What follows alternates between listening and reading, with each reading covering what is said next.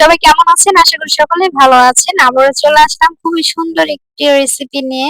এখানে dairy milk নিয়েছি একটা আর অরেঞ্জ বিস্কিট নিয়েছি একটা। মাত্র ৳20 র খরচে আমি এত সুন্দর একটু রেস্টুরেন্টের মতো মিল্কশেক বানিয়ে ফেললাম। আর এইটা যদি আপনি কাউকে বানিয়ে দেন তাহলে দেখবেন তারা আপনার মানে কি বলবো তারিফে পঞ্চমুখ হয়ে যাবে। তো এখন আমি এগুলো সুন্দর করে রেসিপি গুলো নিয়ে নিয়েছি। মানে যা আমার প্রয়োজন। তো এখন এগুলো আমি ভেঙে তারপর হচ্ছে ব্লেন্ড করে নিব। লিকুইড দুধ দিয়েছি গরম করে হালকা।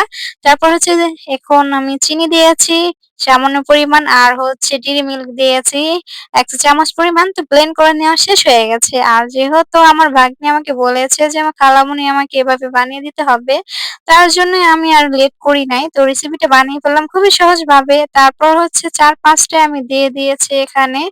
একদম মানে কি বলবো সহজভাবে ৪-৫ টা দিয়ে দিলাম। এখন বিস্কিট এখানে ব্লেন্ড করে তারপর ৪-৫ টা দিয়েছি। তো শেষ হয়ে গেল। এখন কি সুন্দর হয়েছে। মনে হচ্ছে যে আমি একদম রেস্টুরেন্ট থেকে নিয়ে আসছি। তো ডেকোরেশন করার জন্য আমি চারপাশে দিয়ে দিলাম। সুন্দর করে বিস্কিট যে ব্লেন্ড করেছিলাম ওইগুলাই।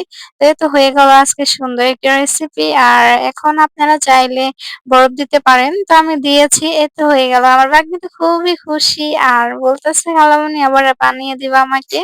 তো আপনারা চাইলে কিন্তু ট্রাই করতে পারেন। তো এভাবে যদি বানান তাহলে রেস্টুরেন্টে যেতে হবে না। সবাই ভালো থাকবেন।